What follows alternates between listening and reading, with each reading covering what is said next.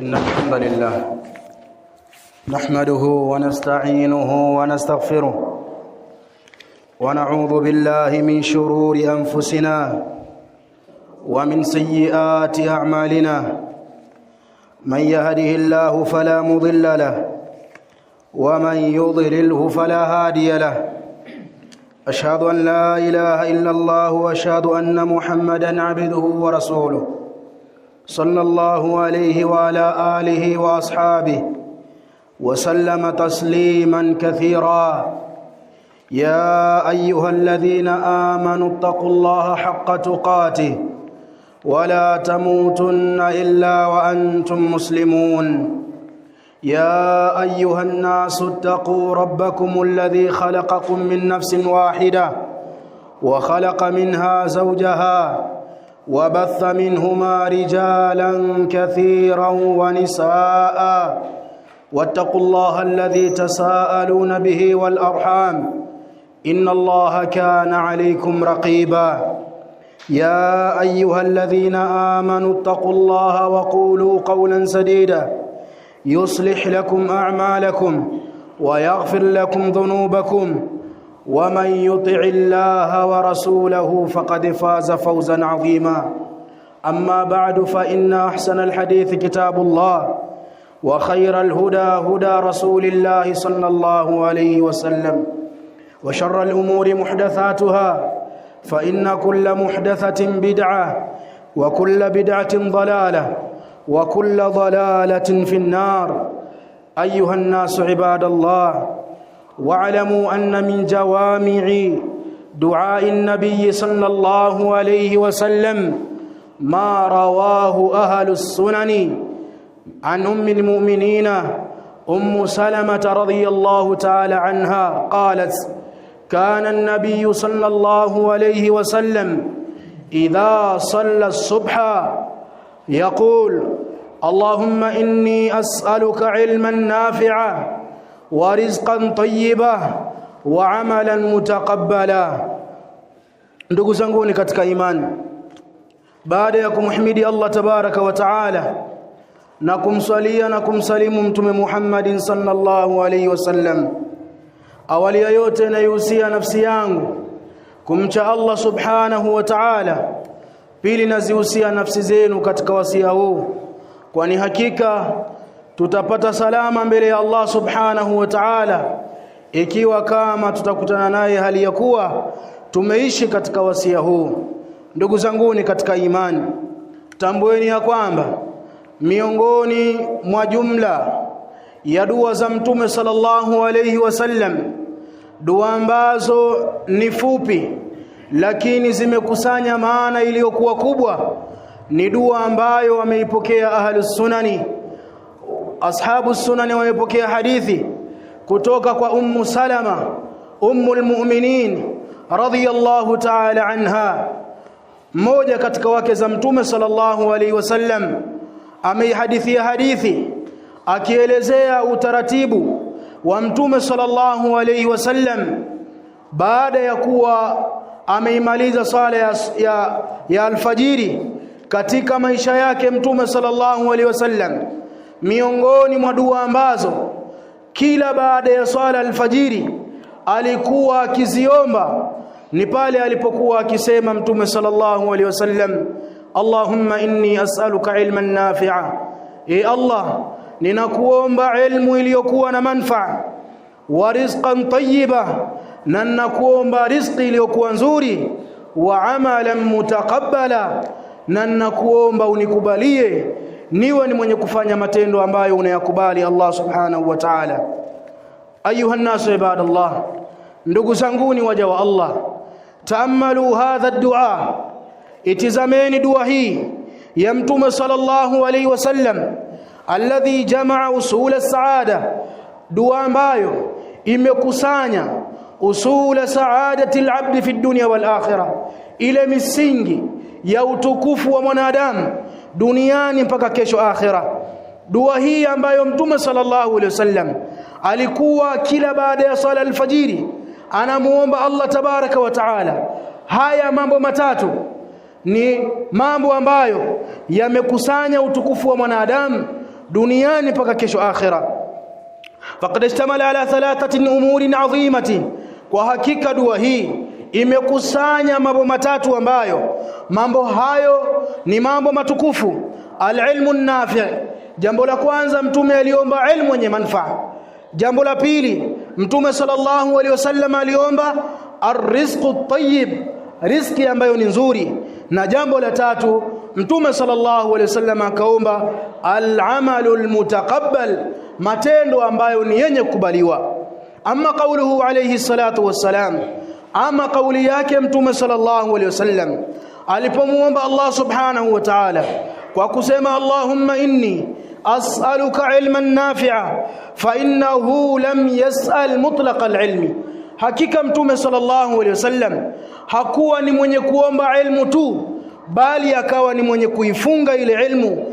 Wa inna ma sala al-ilma an-nafi'a, hakika mtume sallallahu alaihi wasallam aliomba ilmu yenye manufaa. Hakuwa ni mwenye kuomba ili mradi ilmu, akaifunga ile ilmu kwa kusema kwamba anaomba ilmu iliyokuwa na manufaa. Lianna min al-ilmi ma yakunu hujjatan ala sahibihi, kwa sababu kuna katika ilmu ambazo zinakuwa ilmu hizi ni sababu ya kuangamia yule ambaye aliyekuwa na ilmu hiyo. Idha lam ya'mal bihi, tena pale ambapo yule ambaye alikuwa na ilmu hakuwa ni mwenye kuifanyia kazi. Wal ilmu an-nafi' huwa ma awratha khashyata Allah tabaraka wa taala. Na wamesema ahlul ilmi ya kwamba ilmu iliyokuwa na manufaa ni ilmu ambayo itamrithishia yule aliyekuwa nayo hofu ya kumcha Allah tabaraka wa taala. Wazada sahibahu imanan wa taqwa, lakini vile vile ilmu hiyo ikawa ni sababu ya yule aliyekuwa nayo kuzidishiwa imani na kumcha Allah tabaraka wa taala. Ndugu zangu ni katika imani, wanasema ahlul ilmi ya kwamba ilmu ambayo mtume alayhi salatu wassalam alimuomba Allah tabaraka wa taala, ilmu yenye manufaa, ni ilmu ambayo ni ya kumtambua Allah tabaraka wa taala, ilmu ambayo itakayomfanya aishi katika mipaka ya Allah tabaraka wa taala. Na miongoni mwa ahlul ilmi wakaelezea miongoni mwa alama za ilmu ambayo iliyokuwa na manufaa, wakasema annahu yuqarribu al-abda ila Allah tabaraka wa taala. Ilmu ambayo ina manufaa ni ile ilmu ambayo inamkurubisha mja kwa Allah tabaraka wa taala.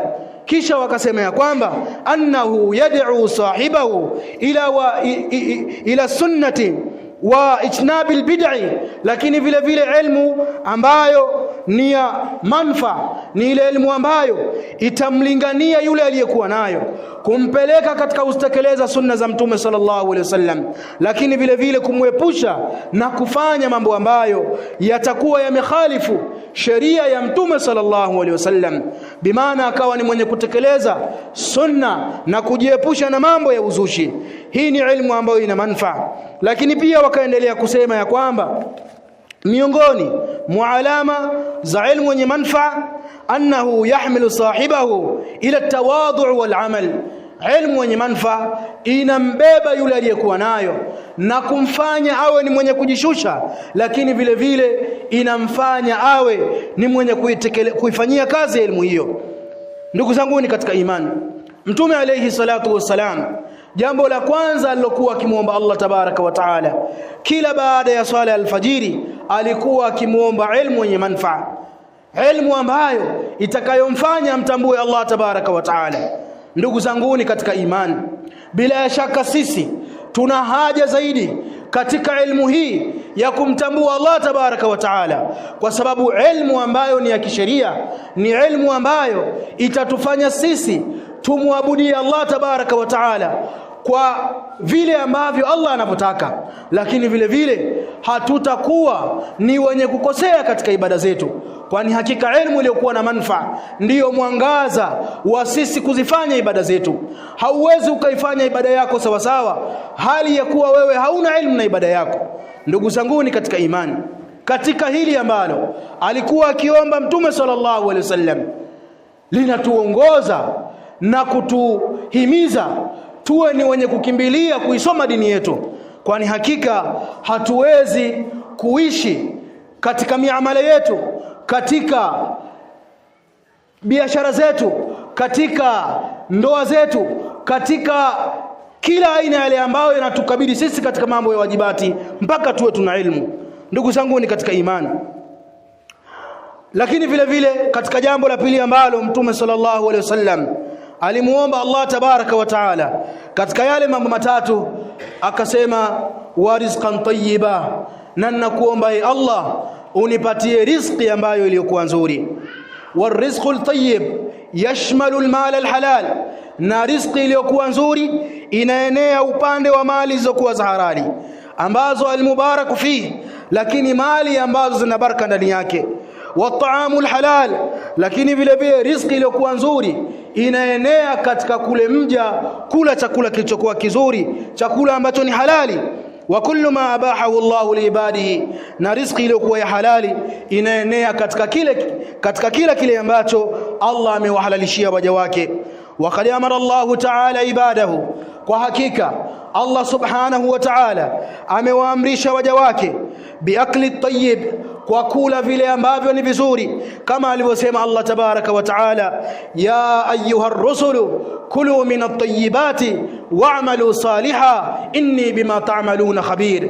Anasema Allah tabaraka wa taala akiwa anawaamrisha mitume wake kwa kuambia, ya ayyuha ar-rusul, enyi mitume, kuleni katika vile ambavyo min at-tayyibati ni vizuri, wa'malu salihan, nafanyeni matendo yaliyokuwa mazuri, inni bima ta'maluna khabir, hakika mimi najua yale ambayo mnayoyafanya. Na imekuja hadithi kwa Mtume sallallahu alaihi wasallam, anasema inna Allaha tayyibun la yaqbalu illa tayyiban wa qad amara Allahu almu'minina ma amara bihi almursalin.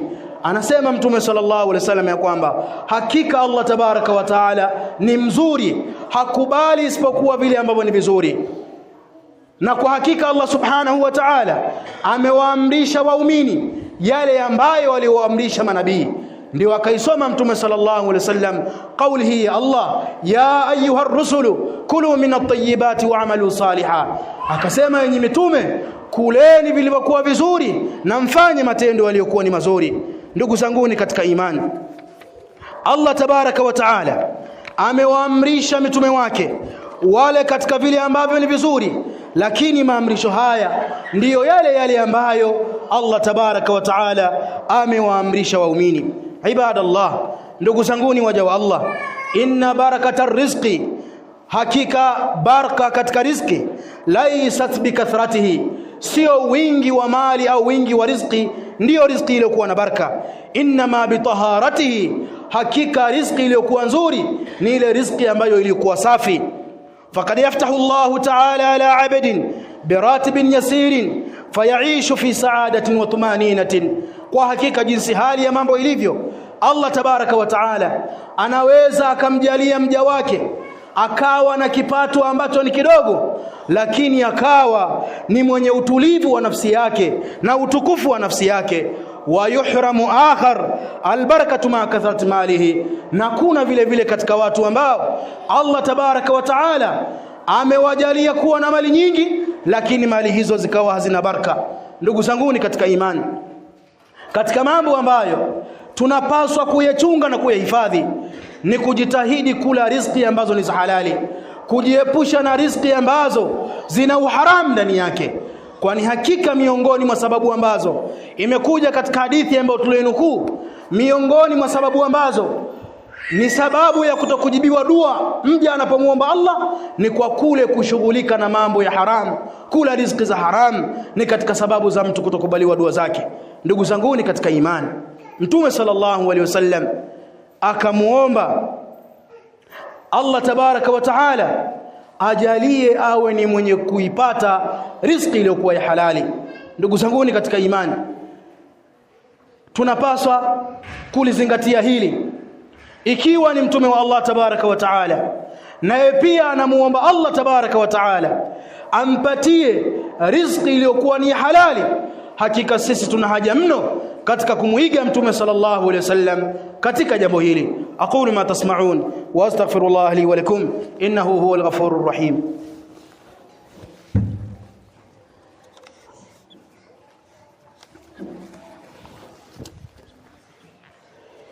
الحمد لله والصلاة والسلام على رسول الله محمد بن عبد الله وعلى آله وأصحابه وسلم تسليما كثيرا أما بعد. Ndugu zanguni katika imani, nahusia nafsi yangu kwa mara ya pili nazihusia nafsi zenu kwa wasia huu wa kumcha Allah tabaraka wa taala, kwani hakika kumcha Allah subhanahu wa taala ndiyo sababu ya sisi kusalimika siku ya kiyama. Katika yale mambo matatu ambayo Mtume sallallahu alaihi wasallam amesema Ummu Salama ya kwamba Mtume alikuwa akidumu nayo na kumuomba Allah tabaraka wa taala kila pale ambapo anapomaliza sala ya alfajiri. Jambo la kwanza, Mtume sallallahu alaihi wasallam alimuomba Allah tabaraka wa taala ilmu yenye manufaa. Jambo la pili, Mtume sallallahu alaihi wasallam akamuomba riziki iliyokuwa nzuri, kwa maana ya kwamba riziki ambayo ni halali.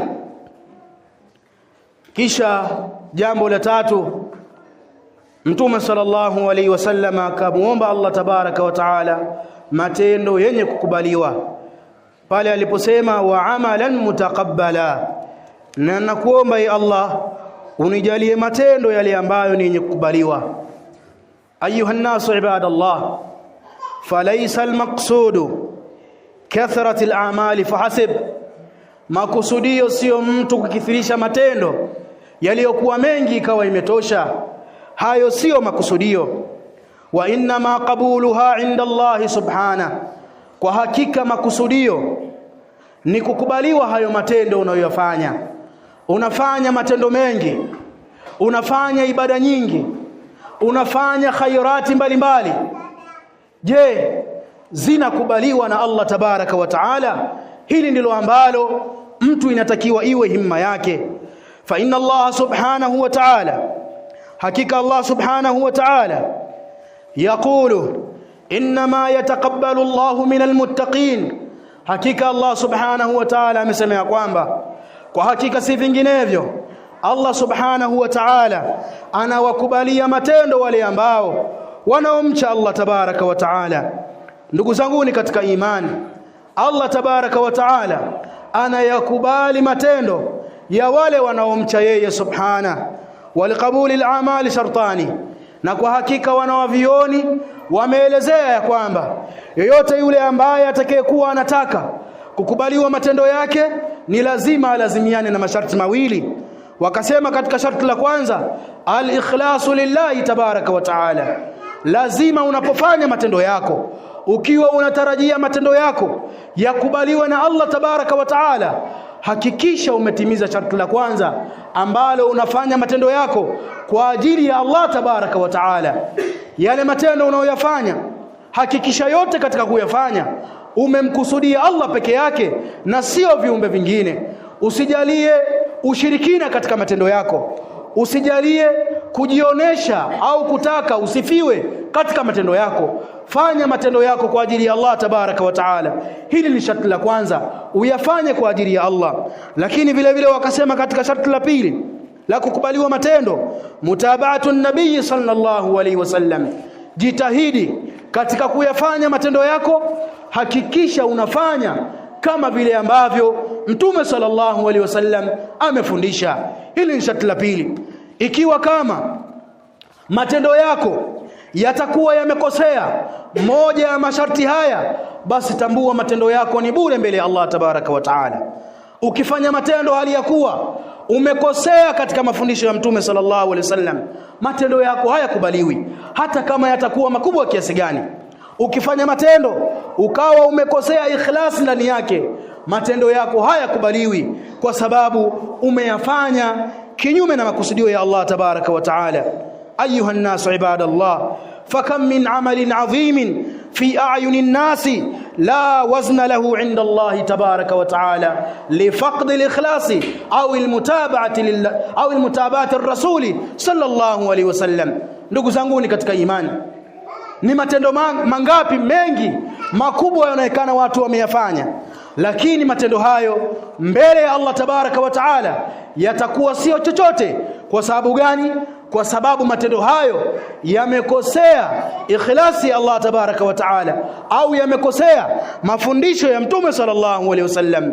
Ibadallah, ndugu zangu katika imani, laqad jamaa hadha ad-du'a tartiban badi'a, kwa hakika yule ambaye atakayekuwa ni mwenye kuizingatia dua hii ambayo Mtume sallallahu alaihi wasallam kama alivyohadithia Salama aliishi nayo kila baada ya swala alfajiri, akawa ni mwenye kuiomba, atakayezingatia ataona kwa hakika dua hii ina mpangilio ambao ni mzuri kabisa katika yale ambayo aliyoyaomba Mtume sallallahu alaihi wasallam.